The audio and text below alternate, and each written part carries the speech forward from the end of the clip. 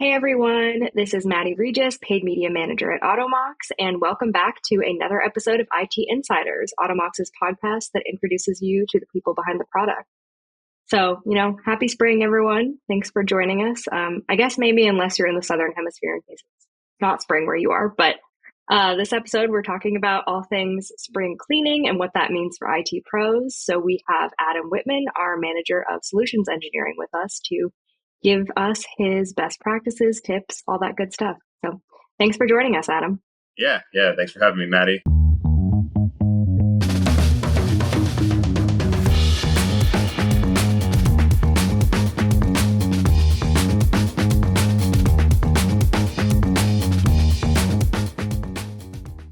I'm in Colorado, so spring is, never a set day here. So it's been cold, it's been hot, it's been snowy. So really looking for that steady spring weather to hit pretty soon.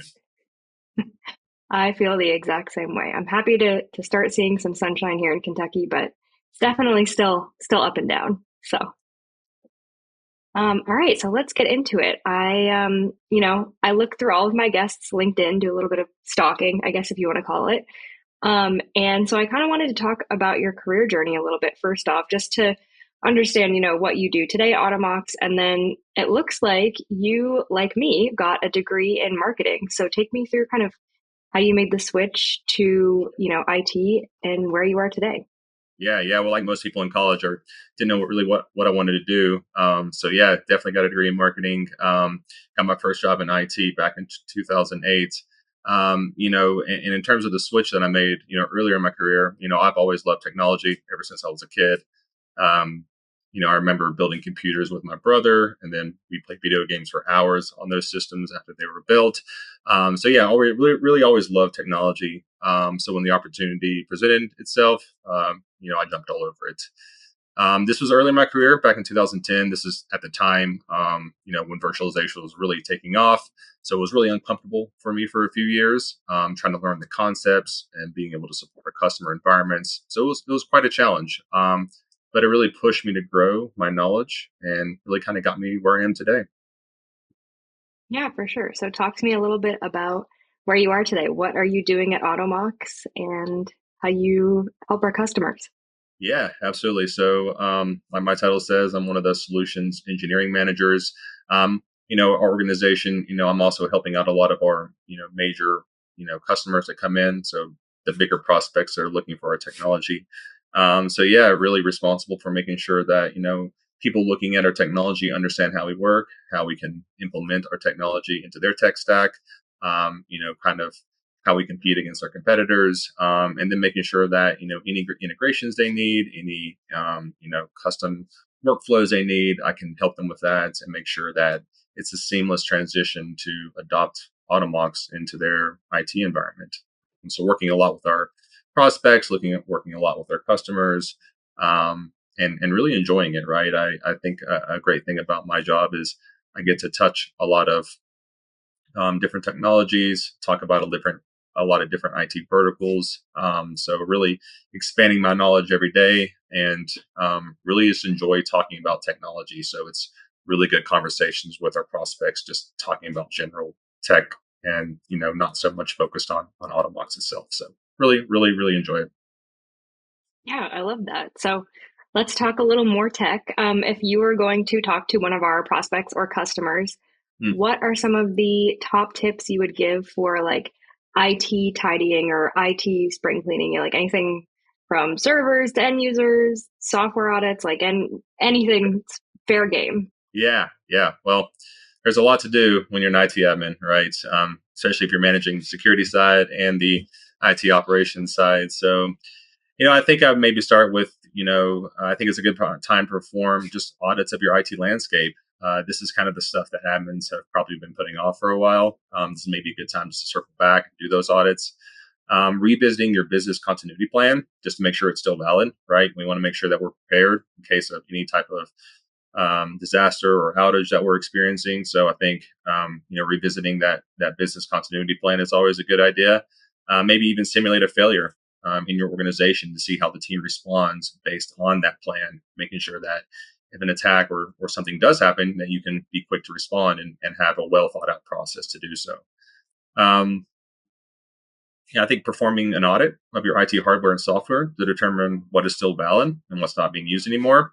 IT admins are busy. We don't want to waste time on things that we're not using. So I think this is a great way to reduce the overhead, and also at the same time maybe save the company some money with getting rid of things that they're paying for that they're not using.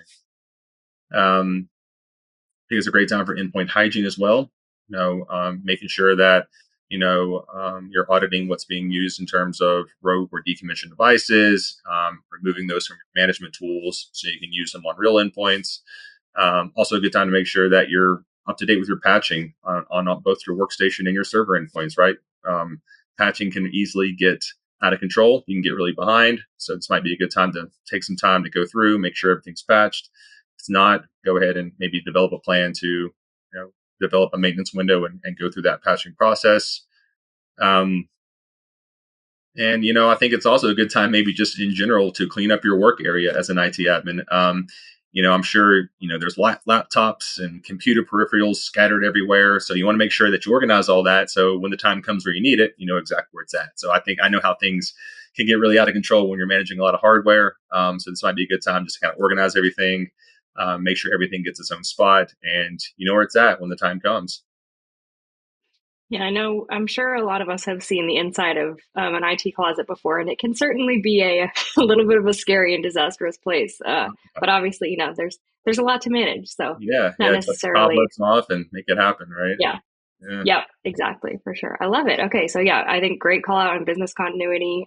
Doing some sort of like fire drill for disaster or breaches is a great idea, and then yeah, obviously keeping those endpoints in check, keeping them patched, making sure they're not drifting, all that good stuff. So love absolutely. it. Yeah, So it's a little more of a personal question now around spring cleaning, but what is your favorite and least favorite, like spring cleaning or just sort of household chore? Like for me, I hate doing the dishes. It's like my least favorite thing ever, but I really like vacuuming. I don't know. It's very, very satisfying, very zen to me. yeah, So yeah. Well, who likes doing dishes really? But I do dishes every day, so not going to maybe consider that spring cleaning for me. But fair, I think fair. when it comes to it, I would say probably my least favorite thing is cleaning out the garage and the basement. Right, stuff can easily get cluttered, and you've been kind of just pushing things down there for the last year. So going through, getting rid of things, figuring out what you need, making room for things that you do need. That's always a long process. It feels like it takes me all weekend just to get everything organized when that happens. So yeah, it's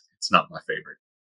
Yeah, I agree. I think the garage can kind of end up like that IT hardware closet where you're Yeah, just like, all right, I'm just going to put this away for now. And then all of a sudden you're like, oh my gosh, I have it's so like I many haven't things seen that, this in 5 years. So you need to do something with it. I haven't used it. So yeah, for definitely. sure.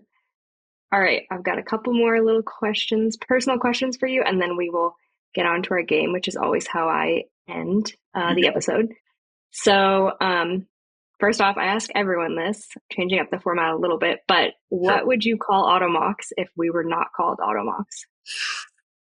Ooh, that's a good one. I would say, Automox were about autonomous endpoint management. So, I don't know. It's a really good question. Uh, I would say, I'm on the spot here for this one. I know I would I say, sprung this one on you. um, hmm, I don't know, something like Virtual Management Pro. I don't know, something like that, right? Or Okay. oh, Cross OS Complete. I don't know, something Yeah. around Yeah. autonomous management, managing cross OS, something like that. Probably not the best names, but yeah. All right. I love it. Yeah. Well, it's the cross OS is a big part of Automox, so I think Yeah. it's fair enough to call it out. Yep. All right. Final question. What is one fun fact about your career? Um, Not so much a fun fact. I have a pretty funny story. I was at a conference and a founder and CEO of a Fortune 500 company got on the elevator with me there. And I had planned to talk to him. I knew exactly who it was. And before I could say anything, he looked at me and was like, "Are you going to push your floor for your room you're going to?" But the funny thing is, I'd already pushed it. And so I had to tell him, like, "Hey, I've actually already pushed my room." And that was pretty much the end of the conversation at that point, right? We didn't really talk, and I got off my floor, and that was my experience with a Fortune 500 CEO. So yeah, kind of an awkward situation, but funny at the same time. So Yeah. It happens to everyone, right? There's always, especially elevators. I feel like they're ripe for sort of awkward yeah, awkward yeah, encounters. absolutely, absolutely. But he was really nice about it. So really, really great guy. Yeah. Awesome. Love it. All right. Well, I've got a couple of facts around spring cleaning, and I'm going to test your knowledge. That's going to be our game today. Okay, So okay, let's sounds good. let's get into it. All right. So the first question is true or false? The first full moon of March is known as the worm moon. I would say false. Actually, true. Okay, The much rain.